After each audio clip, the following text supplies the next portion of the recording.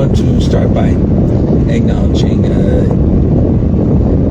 I am aware that sometimes I can come off as a creep on social media, and something I am aware of, and I do want to sincerely apologize for anyone that has affected. We'll start there, but loneliness.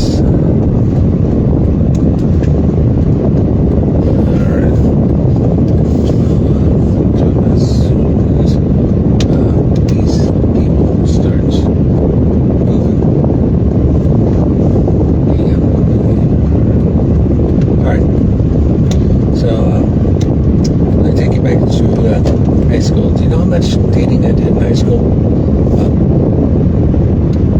Zero.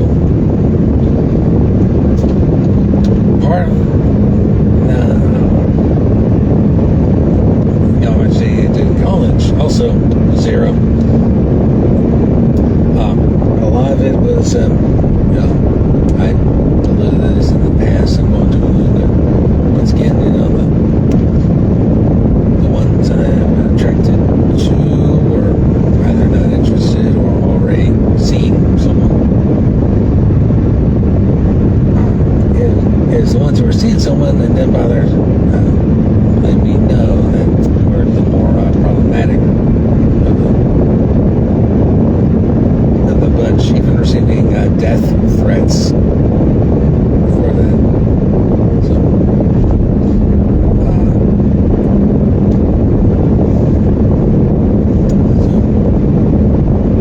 there's that. The ones that I seem to attract, I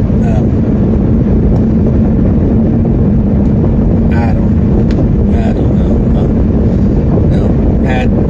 I think this is the most sound thing Pat said in the San Arshas episode. Physical attraction is important, and frankly, if I'm the more attractive of the two, that can't be good for anyone. Because look at me, I'm a fucking ogre.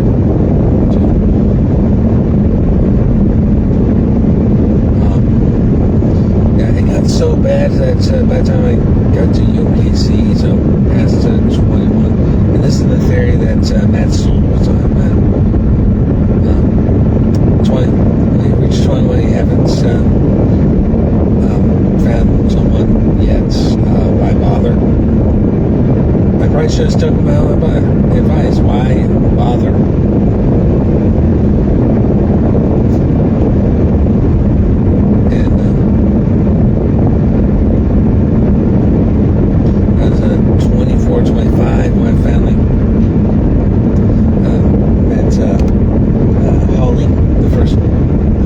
Girl to agree to date me, which all took place in the month of November,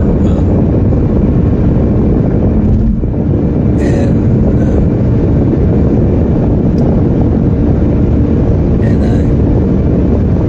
only to find out she was cheating on someone else with me on Thanksgiving Day. Our goal being at KCI before the new terminal. We're talking all over. We're talking over 20 years ago now, folks. Receiving that call, and she wanted nothing further to do with me, and that hurt. Still hurts to this day. And I've been fortunate enough to date a few women on and off. A couple of them have been on the podcast, but never on how I would have liked to. Let's put it that way. Usually I'm the one. I'm always the one being dumped, except for one instance. Again, if I'm the attractive one in the couple, that can't be good for anyone.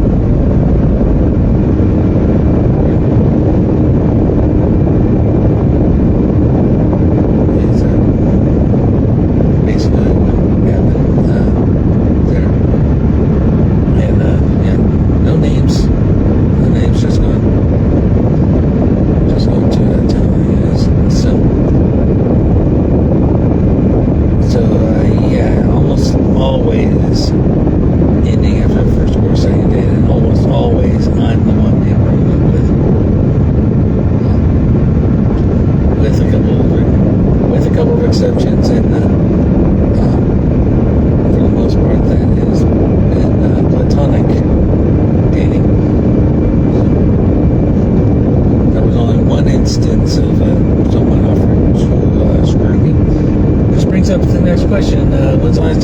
getting laid? Never. 47 years old and never been laid. Which tells you just how bad my luck actually has been. So,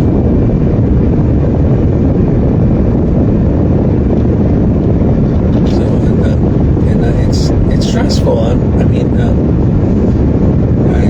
Let's discount the fact that Casey is almost always near the bottom of worst cities for dating.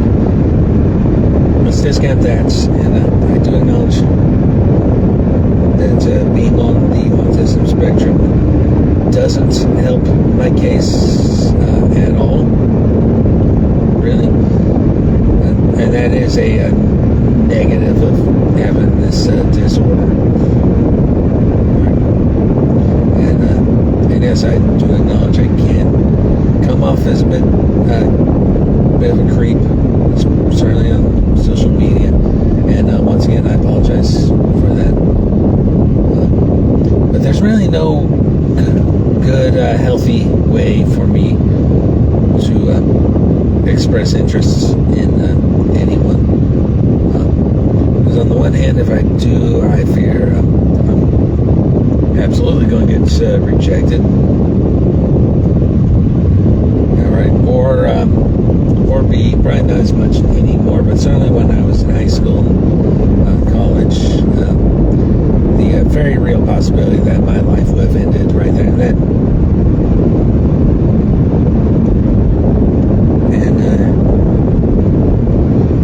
And as a result, I don't go out to bars much anymore, but even though I did, do you think I was trying to hit anyone at the bars? Absolutely not.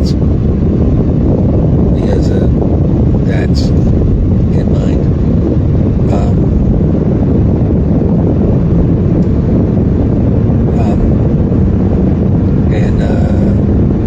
Especially a singles group situation. I'm going to tell you another little story. So I have been trying to get involved with singles groups and everything. I do recall one particular event. It was a Taco Tuesday type of event where there were a bunch of people there just gathered, and no one would talk to me. I literally felt like, what the fuck am I doing here?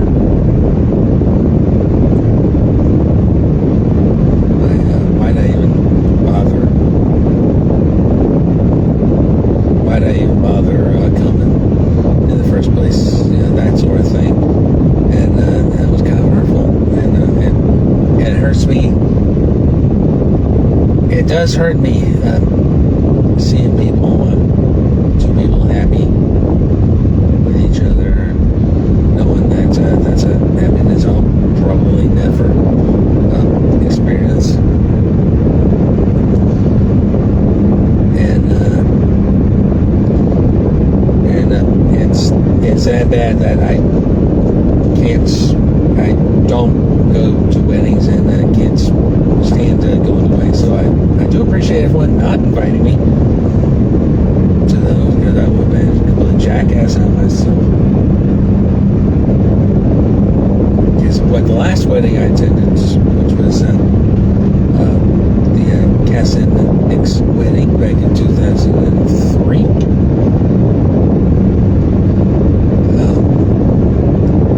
I do recall a few things. One, Ivy Leaguers being there. Brett, the groom, was a Dartmouth grad. And those were some of his buddies. And if I recall correctly, a lot of those guys saw my early video work.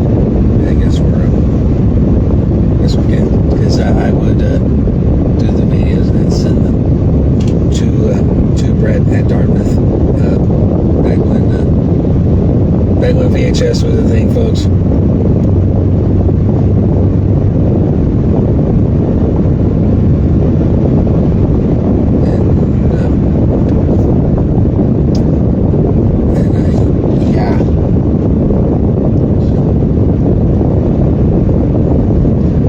also recall at that wedding we asked, Ski, when are you getting married? Like, what the fuck are you talking about? I'm not seeing anyone.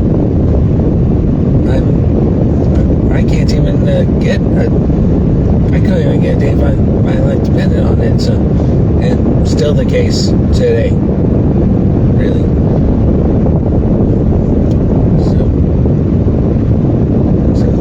Yeah, loneliness hurts, and I'm seeing all these reports. Oh, there was one other thing I should point out from the casting wedding. I recall probably drinking a little too much, and flipping everyone off when they were tossing the garter, like running into the restroom, flipping everyone off. I do distinctly remember that. And practically anyone who tells you weddings are a great place to meet single women, well, they can fuck off, because that wasn't the case. But at all.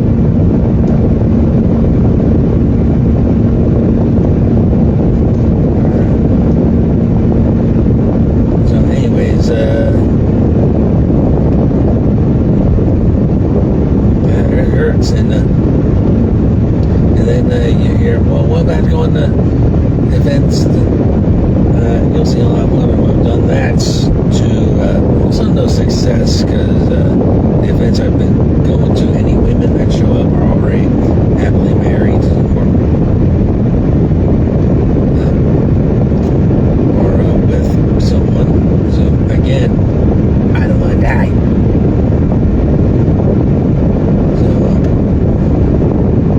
Oh, what about the women you've been hanging out with on the podcast? Again, married or seeing someone.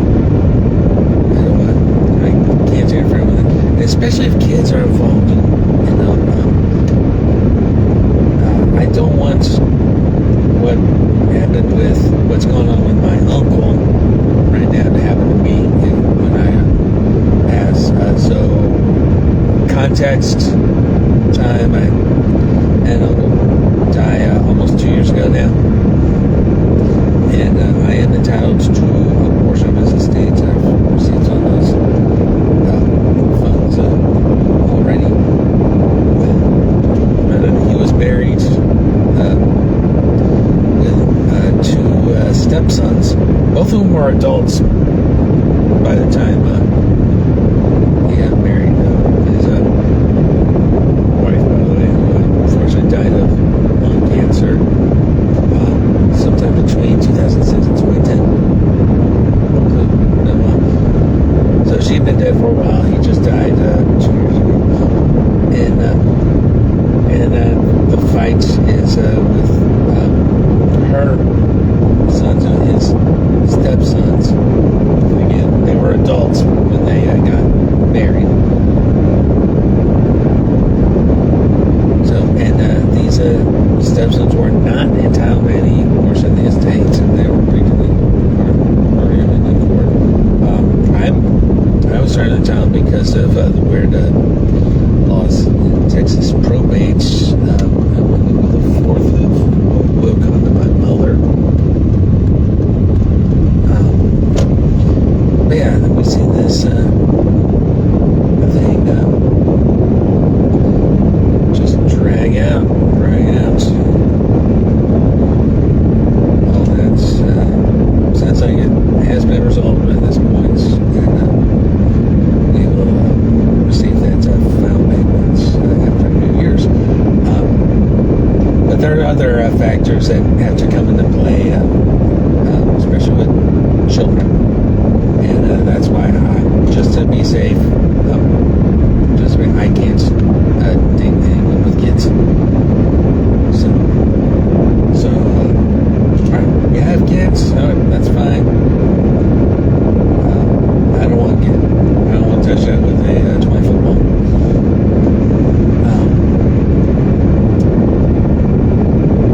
And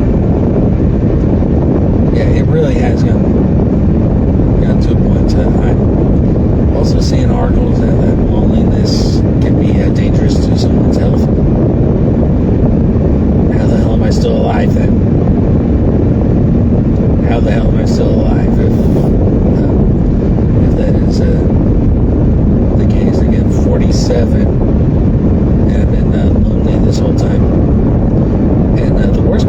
is no one is either able to or willing to help me. I want to say a little bit of both, because let's be honest, it probably is a little bit of both. And this leads down to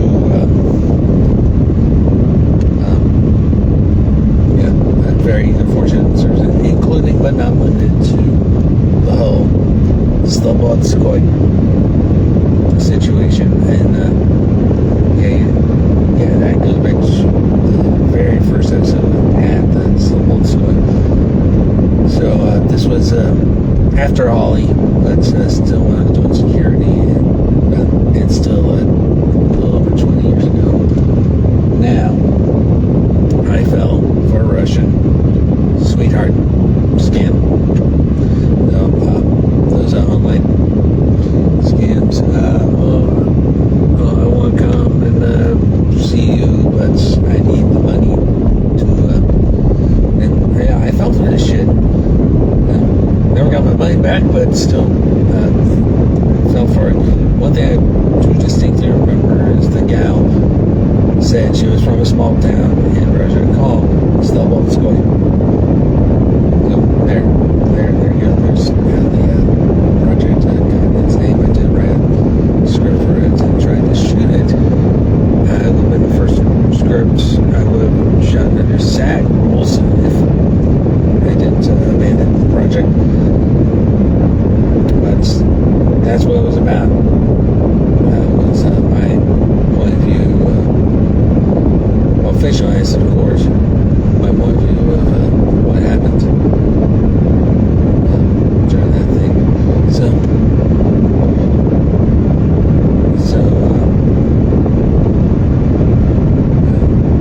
Which brings up a good question. Should I do some sort of dating profile on the podcast? I don't think I really did. I think I touched on a few things during the International Women's Day episode.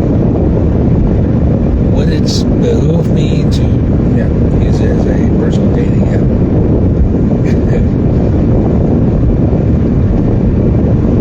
but I don't know how much longer I can go being single, being alone right now, being frankly second fiddle at best within my own family, because I do have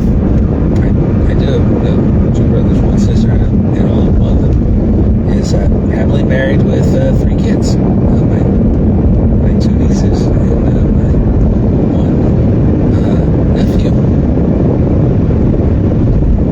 And in that case, the clock really is ticking, because my niece is now 13.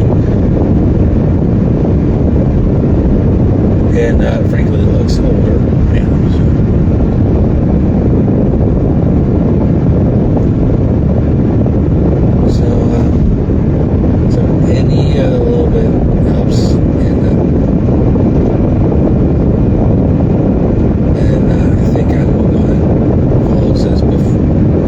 I start bringing it, because I am getting a little teary-eyed just talking about this. But every little bit helps,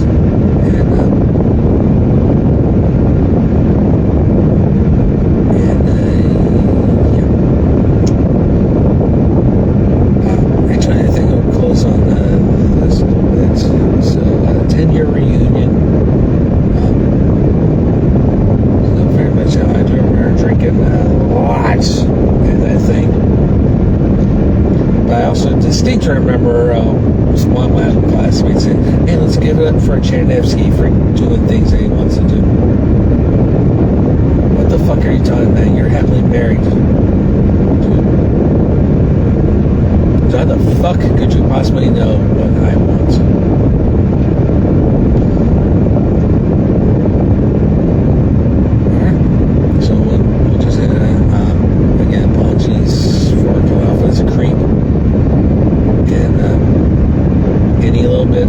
Helps